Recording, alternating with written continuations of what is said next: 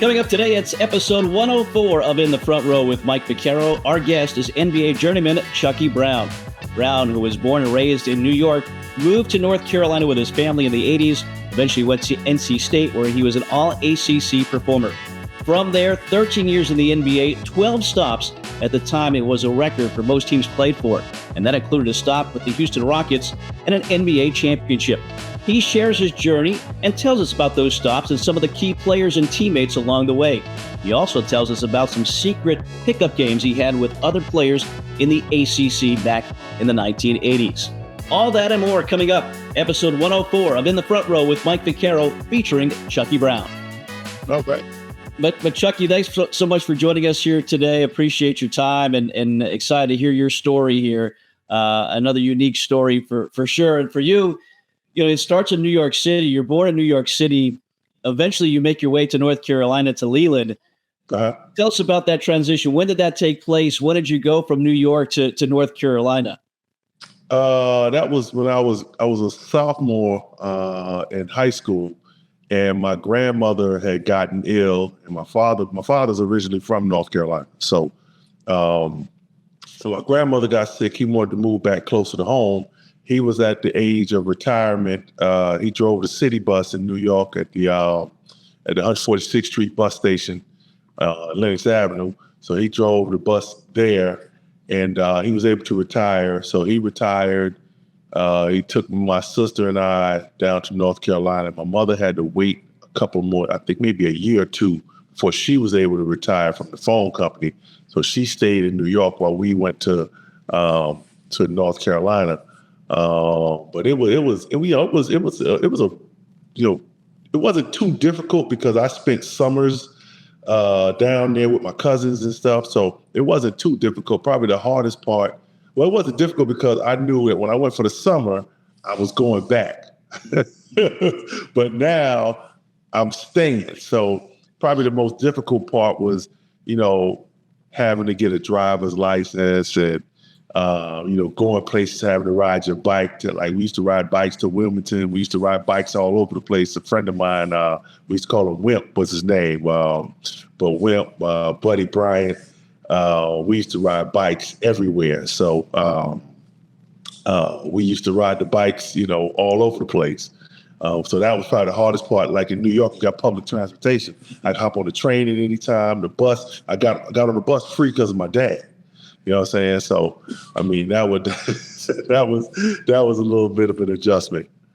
Yeah, a little bit of a culture shock, I'm sure, because this was, the mid 80s, right? Mid to early 80s.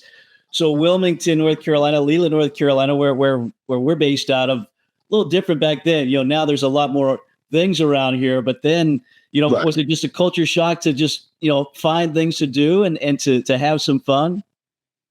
It wasn't too bad. Because like I said, I would come for the summer, so I had some friends already. And it was like in the country though, whereas in the city, we did different things for fun.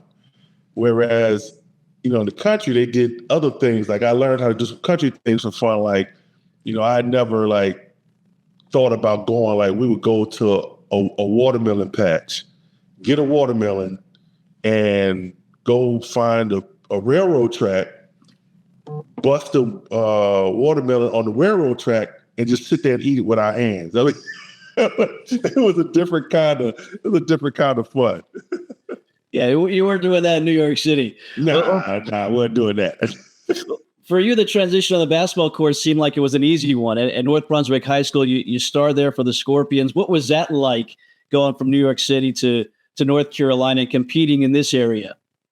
It was great. I was fortunate enough to have a coach that had played Division I basketball, Coach Cliff Gibson, who kind of took a liking to me and saw something in me that I didn't see in myself. So, he always stayed on me about doing the right thing. And, I was about 15, you're young, wanting to get into stuff. And, he kind of helped keep me on the right track when I was away from my parents. So, thanks to Coach Gibson, I mean, it wasn't for him, helping me, I don't know what would happen, because when I first came down here, the first place he took me was to NC State. I actually was a Carolina fan. Living in New York, I was a Carolina fan because that's what I saw all the time on television. And James Worthy was my favorite player. They used to call me Lil Worthy.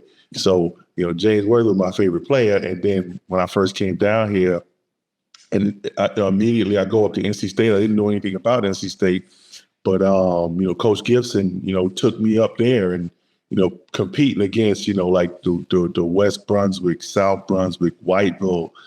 Back then it was Hallsboro, Acme Delco. I even remember one year we played against a school called Nakina. They had a kid named Jeff Ward was there, who was a big time scorer in North Carolina. But it was great to compete, against those dudes. And, me coming from New York, they used to always call me a Yankee. So I used to live by Yankee Stadium. I like the Yankees. So I'm thinking it's a compliment. So they calling me a Yankee, you Yankee this, Yankee that, you know what I'm saying? So I'm thinking, oh yeah, I do like the Yankees, you know what I'm saying? Like, yeah, I am a Yankee, So I didn't really, catch what was going on until later. And I was like, oh, that's kind of an insult. Like, wait a minute. But no, it was cool. It was fun. That most of the people were really welcoming and nice to me. So it was fun. Well, in '85, you're Mr. Basketball in the state of North Carolina, all states. Outstanding year for you. So you mentioned NC State. Was it a given that NC State is where you were going to go, or were there other schools that were kind of in play with the recruiting process? I mean, yeah, it was other schools that were in play. I think NC State was the front runner, definitely, because a lot of times, like on the weekends, through the week, I was going up to NC State to basketball games, and like Lorenzo Charles and Derek Wittenberg, Cozell McQueen. I was coming up, hanging out with them, and Thurl Bailey was sending me shoes, and but NC State was a front runner. But yeah, Carolina was in play. Duke was in play. Who else? DePaul was in play back then. But the one school that I probably was most interested in, and didn't really give me a call, and it was Syracuse, because coming from New York, I was always a Syracuse fan. I grew up watching Pearl Washington at the Rucker and playing around through the city. So I was a big Syracuse fan. But I got letters from them, but that was as far as it got. But yeah, NC State was always a front runner. Interesting. I'm a Syracuse grad. You're the second NC State guy we've had on here. Julius Hodge was the same way, from New York. Big Syracuse fan, and Syracuse didn't really recruit him. Julius was from a block over. I'm from 147th Street. Julius from 148th Street. So Syracuse missed out. Well, NC State did not. You're there from 85 to 89.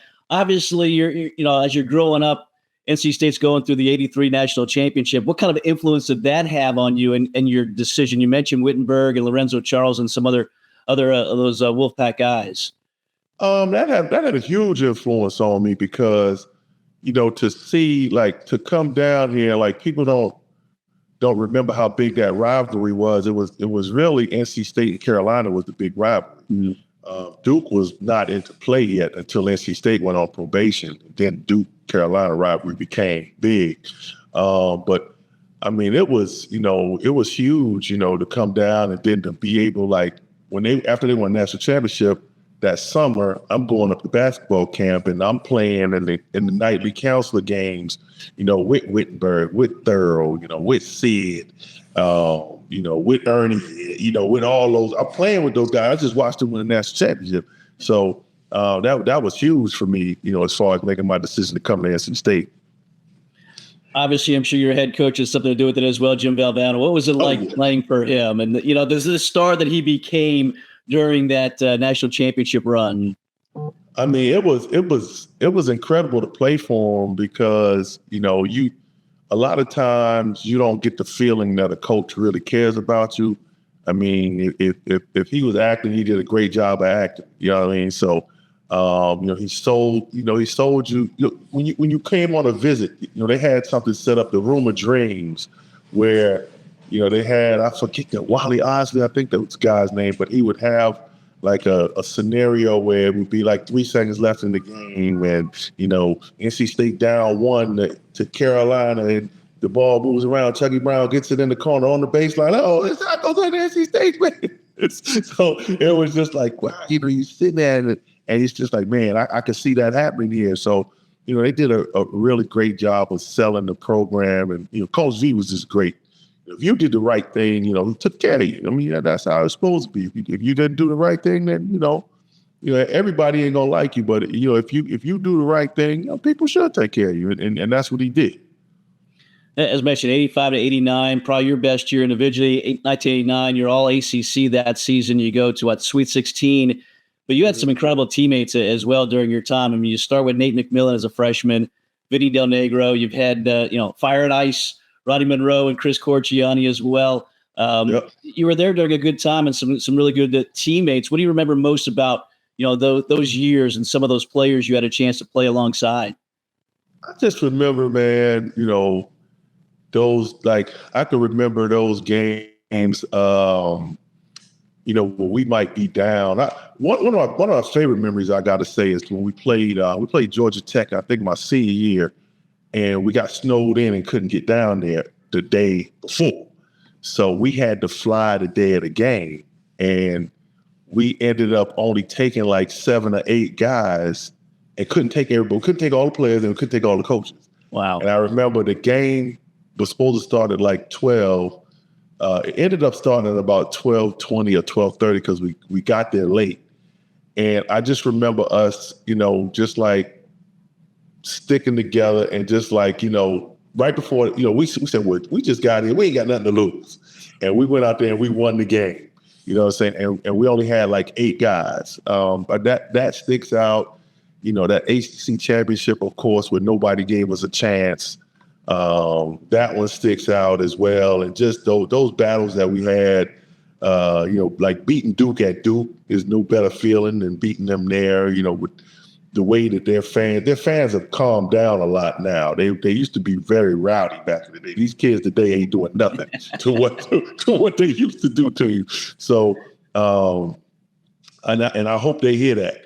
But, it just went in at Duke and, just to beat Carolina, and just the way the ACC was. It was only 8 teams, and every night was a battle. You know what I'm saying? I mean, even at that time, Wake Forest was at the bottom of the ACC, but they still that was one of our toughest games. You know what I'm saying? Playing Wake Forest, we had the 4 overtime game against Wake Forest, and it always used to crack me up we used to go play Wake Forest, and I guess we had a couple of guys that got into some legal trouble, and they would have like this sign that said Demon Deacons versus ex-cons. And so, I mean, it was, it was fun, though. It was a lot of fun.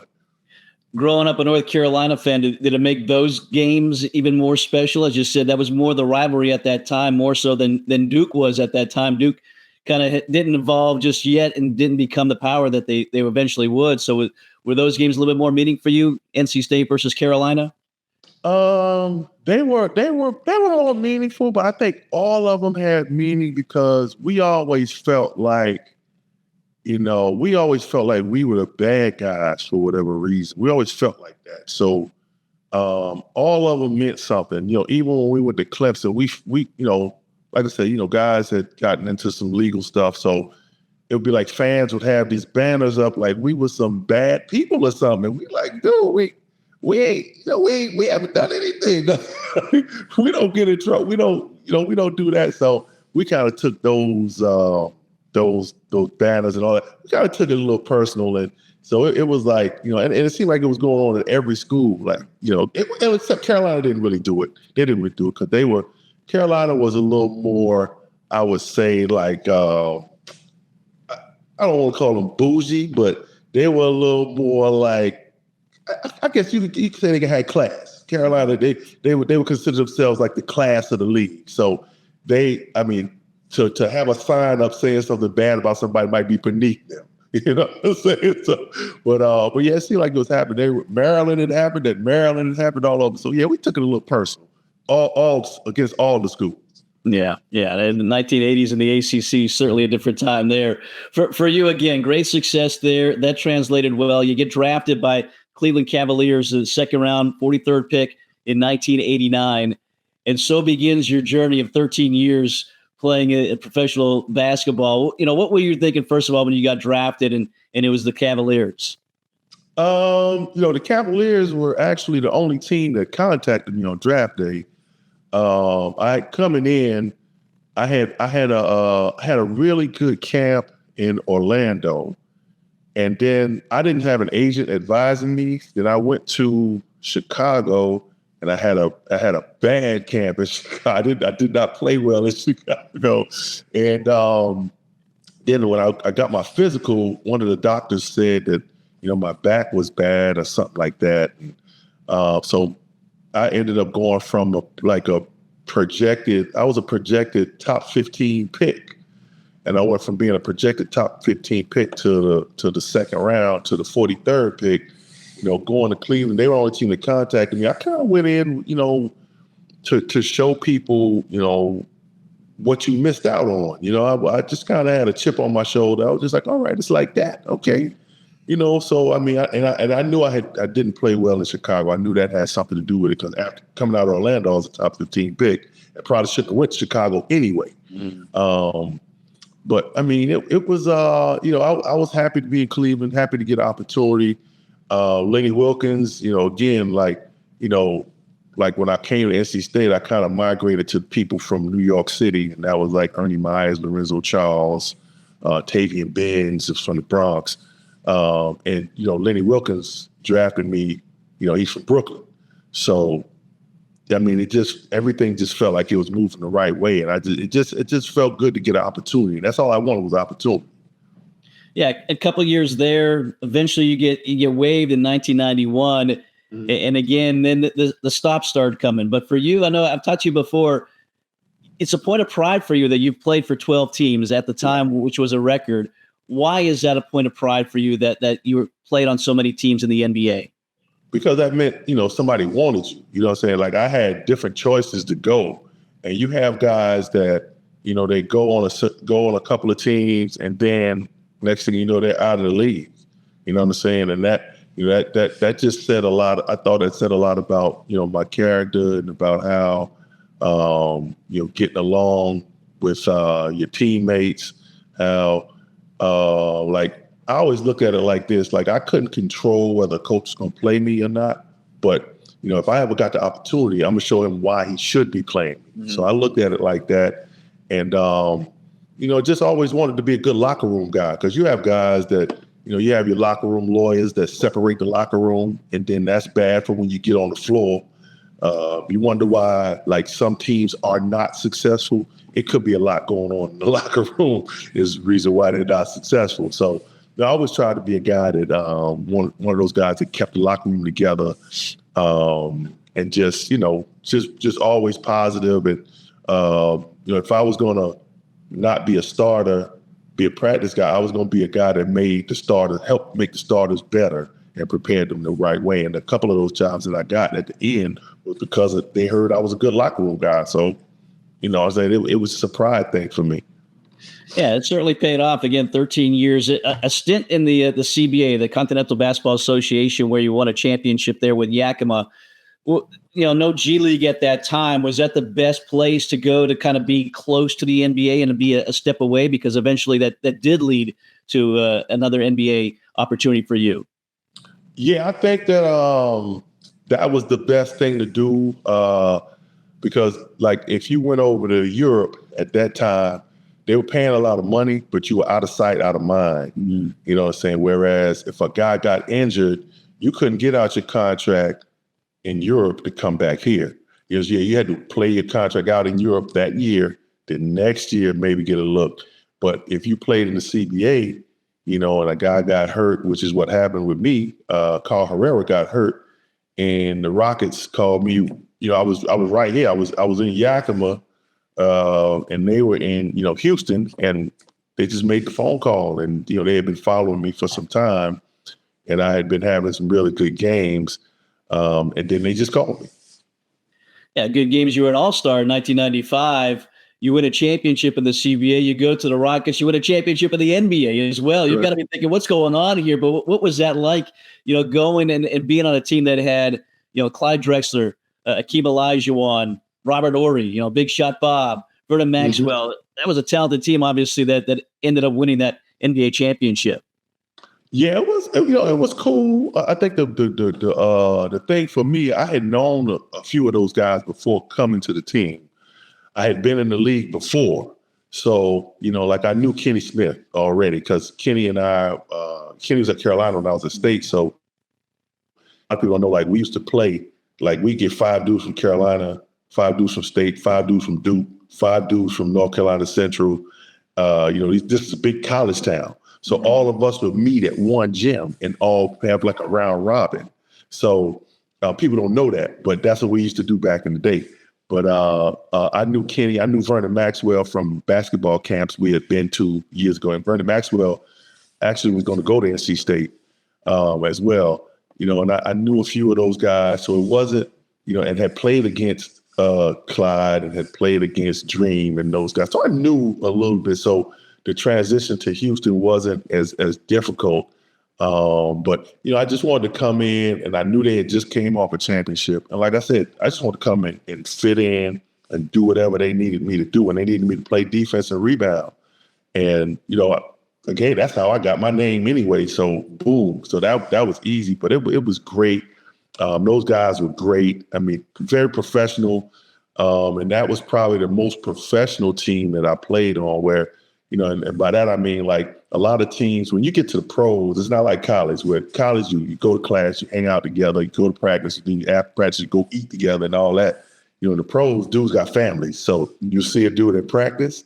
After that, you'll see him the next day at practice. And that's it. The only real thing you do together kind of is working out. You may go out to dinner together on the road, but at home, dudes have families and had, other responsibilities. So it was different. I want to go back to you saying, you bring the 5 of NC State against 5 Carolina, 5 Duke, 5 NC Central. Nobody knew about that. Did your coaches know about that? Because I mean, again, you're risking injury and affecting the team. Did they know that you guys are playing? I don't think they knew. I don't think that this. I don't even remember how it got set up. But that's the way. Like at 1 week we might go over to NC State for that week and play. The next week we might go over to Carolina and play. The next week we might go over to Duke and play. You know what I'm saying? Next week we might go over to Central and play. We might go over to St. Aug and play. So I don't think the coaches knew. I don't think the coaches knew. I don't even think they knew about it. I think one night we were over at St. Aug, and this is how they found out about it. Charles Shackelford, who was my roommate, went up like over at St. They didn't have like the rubber padding on the side of the backboard. And he went up to dunk the ball and hit his head on the side of the backboard and had to get stitches. Then, V was like, well, how'd you get the stitches? And we had to tell, we was over there, said, oh, wait. And then I think that's when it all just stopped right there. Then we didn't do it anymore. But yeah, I don't think they knew about it. Leave it to Charles Shackelford, Taruna for everybody else there for those games. That's fun. That's fun. Again, the championship. So, one of just 2 players with a CBA NBA championship in the same year. You did that again with Yakima and with Houston. After Houston continued to bounce around a little bit, is there a stop in your journey aside from Houston that really sticks out in your mind? Oh man, I think you came back to the state. You were with Charlotte a couple of times, right? Charlotte was fun. I mean, all of the stops were fun, but I think probably the stops that stick out the most to me was being in New Jersey, coming back, being from New York and able to see some people that I went to middle school with, high school with, lived in my neighborhood, able to see them. Because we never thought that you'd see me in this situation. And also, I think the stop in Houston was one. And also the stop in Sacramento. All of them were great. But I think those stick out. I think that Sacramento team was one of the best teams I had been on, and we weren't able to, I mean, we have some theories about why we didn't win it, but but that was one of the best teams I played on. Mike Bibby, Chris Webber. Yeah. Chris Webber was a guy who I always watched play in college and always loved him, and to play with him. And Mike Bibby, one of the probably if not the best mid-range guy, him and Jeff Malone that I've seen, like as far as like a 1-2 pull-up, I don't think there was nobody better than Mike Bibby. Yeah, he was pretty good. He was pretty good. I mean, again, 13 stops, or 13 years, 12 stops. A lot of great teammates. You mentioned the ones at Houston. You also were with David Robinson, Tim Duncan with San Antonio. Who was the player in practice that maybe challenged you the most and helped you become a better player? Oh man, I got a couple of those. Probably to start, like as a rookie, it was Larry Nance. You know, Larry Nance was a guy that he used to talk a little trash to me, and he was an ACC guy too. So we had some fun. Larry Nance was one guy that helped me get better. Tim Duncan was another one, man. I was older than Timmy. Yeah. But sometimes I had to guard him. And Tim Duncan, I mean, you talk about an all-world dude. You know what I'm saying? Timmy, trying to think who else. Clyde Drexler was one that really helped me. I didn't have to play against Clyde, but I was on the same team with him a lot. But he helped me get better. But you know, like Timmy, that was later in my year. I was like my 11th year playing in San Antonio. But Larry as a rookie, you know, Chris Morris, you know, happened to play against him.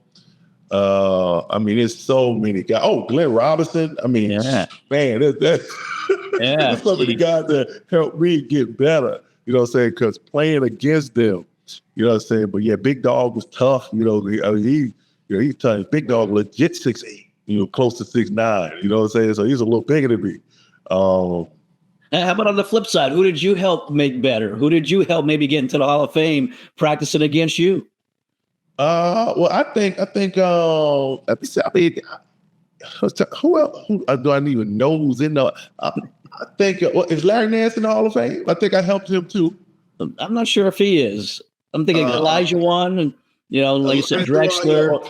Dream. I think I helped Dream as far as assists goes, because he was getting double teamed. I dived to the basket. We ducked Clyde.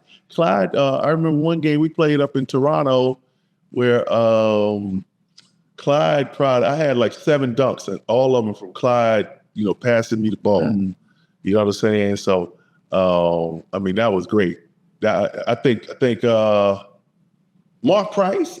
Mark Price is not in the Hall of Fame yet, though, is he? I don't think he is, but he should be. You're right. Well, if he gets there, Mark Price would be a guy that I helped. There you go. So again, 12 teams at the time of record in the NBA, 13 years. When did you know that it was over? When did you know that, okay, that's it. This is the last stop. This is the last stop I'm going to make in my journey? I tell you, it was one day. Well, no, I didn't know this, but I knew that it was coming to an end. I knew when it was coming to an end. I thought that I could steal a couple more years, but with the player agreement, I couldn't because they had to pay me too much. But it was one day in practice. I remember one day in practice, and it was a rebound. And I went to go get this rebound. This was like my 11th or 12th. This was my 12th year. So I went to go get this rebound, and I remember this dude, Eddie Robinson. I mean, he skied over me and got and that never happened. And when that happened, I was like, like, you know what? It's coming to an end now, because that never happened. Like there was nobody, like I could jump with Dominique, all these guys, and they were high risers, but they wasn't going to like out jump me to a point where they skying over me like that. And when that day happened, I was like, whoa, it's like, it's coming to an end. So that was the day that it was one day in practice. I realized that. Well, like you said, I mean, rebounding and defense, that was your calling card. You know, it's those are things that maybe you can't teach, but if you got it like you did, you can last 13 years. Is that, you know, you eventually went into coaching yourself. Was that your message that you relayed to some of your players? Yeah. Like, you know, I try to relate to them, like, you don't have to just be the main scorer to get a spot. You know what I'm saying? If you bring something to the table, everybody wants to score. Yeah. Who wants to get dirty? Who wants to go in and, you know, stick their head in there, get on the floor, get loose balls, rebound? You know, that brings something to the team as well. You know what I'm saying? And when you go to a new situation, like, you know, when I'm going from high school to college, I'm not the main guy. They already got the main guy established. So the way for me to get on the floor would be to play defense and rebound, and then the other stuff will come. You know, when you go from, college to the pros, the same thing. You're probably not the main guy. The main guy is already there. You know what I'm saying? He started, so you got to find ways to get on the floor. So I tried to relay that to my guys. You always seem to stay close to the game. Again, you were just recently coaching with St. Augustine's, coaching high school before that as well. Is coaching now something that's in your blood and something you continue or want to continue to do?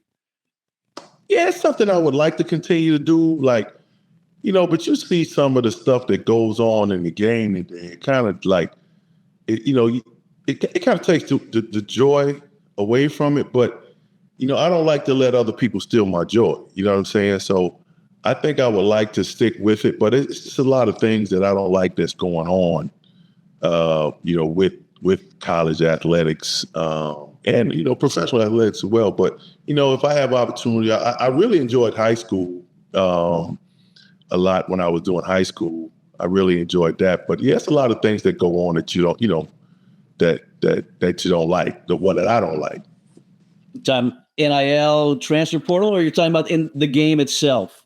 Not the NIL thing doesn't really bother me. The only thing that bothers me about the NIL thing is that, I'm all for the college players getting paid. I'm all for that. But I think they let this thing go before they put any rules in play. So now it's kind of like the Wild Wild West. You know what I'm saying? It's like now it's going. Now you're trying to make rules up as you go. It don't work like that. You got to have the rules in place first, then you can make some adjustments to the rules. And I really don't mind. The NIL thing doesn't bother me at all. I think the portal, that's a little, I don't really care for the portal too much, because that kind of screwed the high school freshmen, the really good high school freshmen. That kind of screwed them over, and now they screwed over even more kids with this junior college rule that they just passed. Now I think the prep schools are going to be in trouble now. So, but we'll see. But now you might have a situation where you used to have, I came to college, I was 16, 17. I think I was the second youngest player to come in the ACC, where we get out of practice and we go play a video game. You know what I'm saying? Now you have a situation where a dude get out of practice, he might go have a beer, he might have 2 kids. They're going to be old dudes in college now. So, you never know. So, we'll see how it play out. Yeah, it's definitely a different time for sure with so many things on the college level. How about the game itself? Again, does your game translate? Could you be playing in the NBA now if you're, in your younger days? Oh yeah, easily. I think so. Now, the only thing that I was not a 3-point shooter. I was a mid-range guy, but I could, you could work on that and get better at that. So, but as far as like, playing NBA now, yeah, because dudes don't play defense no more. I play defense. So dudes don't play any defense. I did that and I rebounded. So I brought some things to the table that some of these guys don't. You have very few guys that play defense in the league now. So yeah, I'd easily play in the NBA now. That wouldn't even be a problem.